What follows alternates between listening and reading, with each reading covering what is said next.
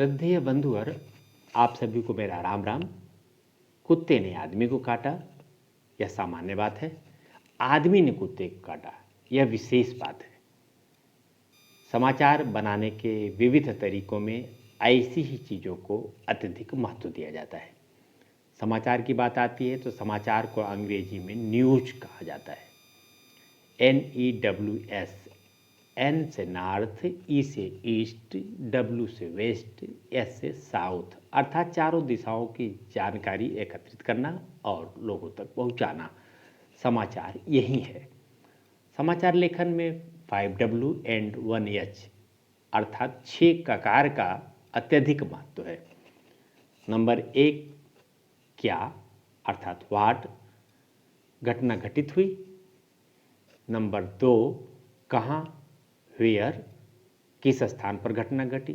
Number 3 कब, when, किस समय घटना घटित हुई। नंबर 4 किसने, हु, किसके साथ घटना घटित हुई। नंबर 5 क्यों, वाई, घटना का कारण क्या है। नंबर 6 कैसे, हाउ। अभी आपसे चर्चा की जा रही थी 5W एंड 1H। 5W अर्थात what, where, when, who, why और एंड हाउ। इसी प्रकार से आगे आप देखें समाचार लेखन और 6 ककार। किसी समाचार को लिखते समय जिन 6 सवालों का जवाब देने की कोशिश की जाती है वे हैं क्या हुआ, किसके साथ हुआ, कब हुआ, कहाँ हुआ, कैसे हुआ, क्यों हुआ। इस क्या, किसके या कौन, कब, कहाँ, कैसे और क्यों को ही 6 ककारों के रूप में जाना जाता है। समाचार के मुखड़े अर्थात इंट्रो यानी पहले पैराग्राफ या शुरुआती 2-3 पंक्तियों में आमतौर पर 3 या 4 ककारों का आधार बनाकर खबर लिखी जाती है। ये 4 ककार हैं क्या, कौन, कब और कहाँ। इसके बाद समाचार की बॉडी में और समापन के पहले बाकी 2 ककारों कैसे और क्यों का जवाब दिया जाता है। इस तरह 6 ककारों के आधार पर समाचार तैयार होता है। इनमें से पहले 4 ककार क्या, कौन, कब और कहाँ सूचनात्मक और तथ्यों पर आधारित होते हैं, जबकि बाकी 2 ककारों कैसे और क्यों में विवरणात्मक, व्याख्यात्मक और विश्लेषणात्मक पहलू पर जोर दिया जाता है। अच्छे लेखन में ध्यान देने योग्य बातें। हम सभी को पत्रकारिता में छोटे छोटे वाक्यों का प्रयोग करना चाहिए।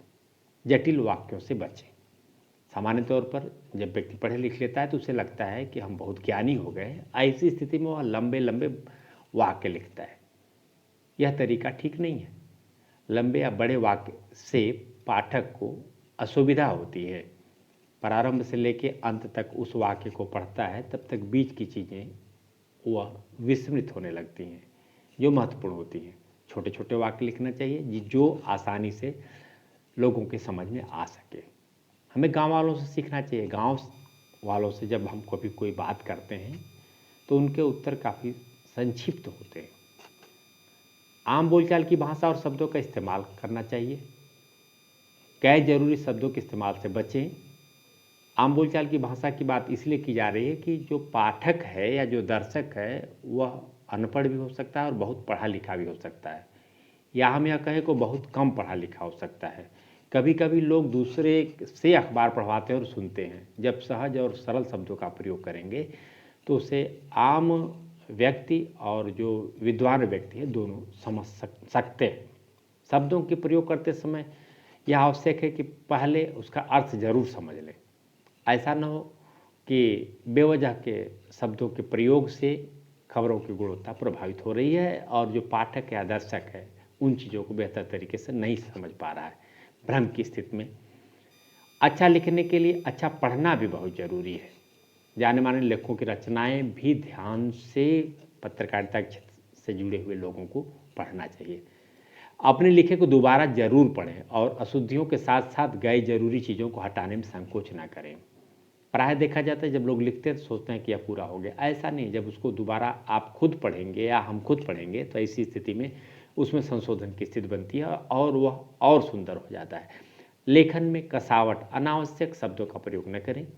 छोटे छोटे वाक्य हों और जो जरूरी शब्द हैं उन्हीं का प्रयोग करें। अनावश्यक विस्तार भी न दें। लिखते समय यह ध्यान रखें कि आपका उद्देश्य अपनी भावनाओं, विचारों और तथ्यों को व्यक्त करना है। एक अच्छे लेखक को पूरी दुनिया से लेकर अपने आसपास घटने वाली घटनाओं, समाज और पर्यावरण पर गहरी निगाह रखनी चाहिए। उन्हें इस तरह से देखना चाहिए कि वह अपने लेखन के लिए उससे विचार बिंदु निकाल सकें। एक अच्छे लेखक में तथ्यों को जुटाने और किसी विषय पर बारीकी से विचार करने का धैर्य भी होना चाहिए। पत्रकारीय लेखन अखबार पाठकों को सूचना देने, उन्हें जागरूक और शिक्षित बनाने, उनका मनोरंजन करने का दायित्व निभाते हैं। लोकतांत्रिक समाजों में वे एक पहरेदार, शिक्षक और जनमत निर्माता के तौर पर बहुत महत्वपूर्ण भूमिका अदा करते हैं। अपने पाठकों के लिए वे बाहरी दुनिया में खुलने वाली ऐसी खिड़की हैं जिनके जरिए असंख्य पाठक हर रोज सुबह देश, दुनिया और अपने पास पड़ोस की घटनाओं, समस्याओं, मुद्दों और विचारों से अवगत होते हैं। अखबार या अन्य समाचार माध्यमों में काम करने वाले पत्रकार अपने पाठकों, दर्शकों और श्रोताओं तक सूचनाएं पहुंचाने के लिए लेखन के विभिन्न रूपों का इस्तेमाल करते हैं। इनसे ही पत्रकारीय लेखन कहते हैं। इसके पाठक मजदूर से विद्वान तक होते हैं। उसकी लेखन शैली और भाषा सरल, सहज और रोचक होनी चाहिए। अलंकारिक और संस्कृतनिष्ठ होने के बजाय आम बोलचाल वाली भाषा होनी चाहिए। शब्द सरल और आसानी से समझ में आने वाले होने चाहिए। वाक्य छोटे और सहज होने चाहिए। समाचार कैसे लिखा जाता है? समाचार लेखन की विशेष शैली। अखबारों में प्रकाशित अधिकांश समाचार एक खास शैली में लिखे जाते हैं। इन समाचारों में किसी भी घटना, समस्या या विचार के सबसे महत्वपूर्ण तथ्य, सूचना या जानकारी को सबसे पहले पैराग्राफ में लिखा जाता है।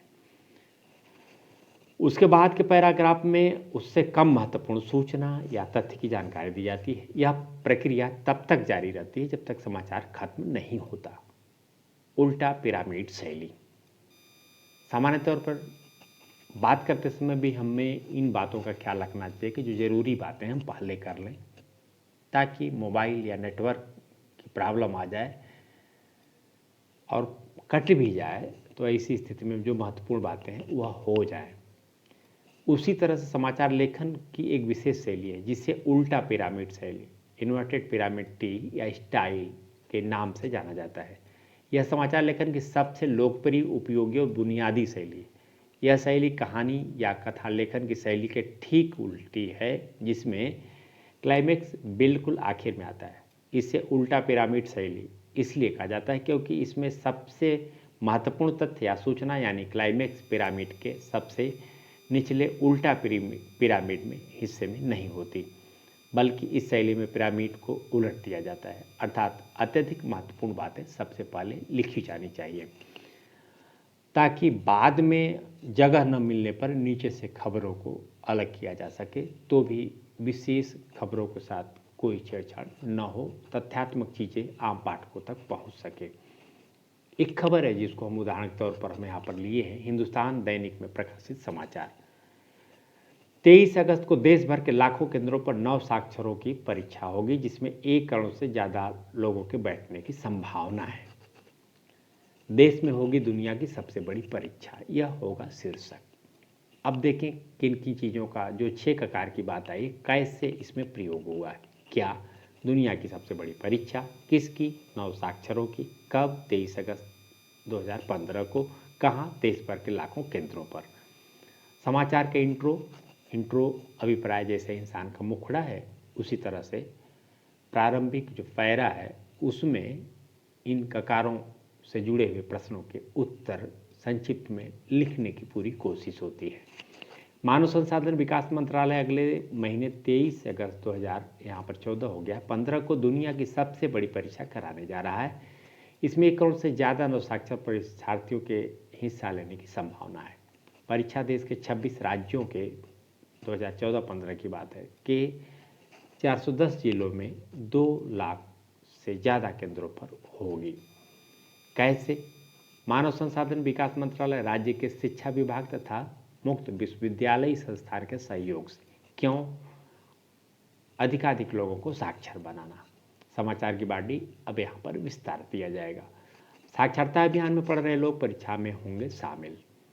मंत्रालय साक्षर भारत अभियान के तहत पढ़ रहे छात्र छात्राओं के लिए इस परीक्षा का आयोजन कर रहा है।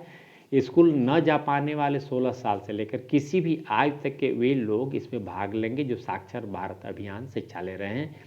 इसे अंजाम देने में मानव संसाधन विकास मंत्रालय, जो वर्तमान में शिक्षा मंत्रालय हो गया है, सुनने वालों के लिए महत्वपूर्ण चीज़ है जान लें, पहले यह मानव संसाधन विकास मंत्रालय था, के अलावा राज्यों के शिक्षा महकमे, प्रौढ़ शिक्षा विभाग और राष्ट्रीय मुक्त विश्वविद्यालय संस्थान के कार्मिक एवं स्वयंसेवक भी जुटेंगे।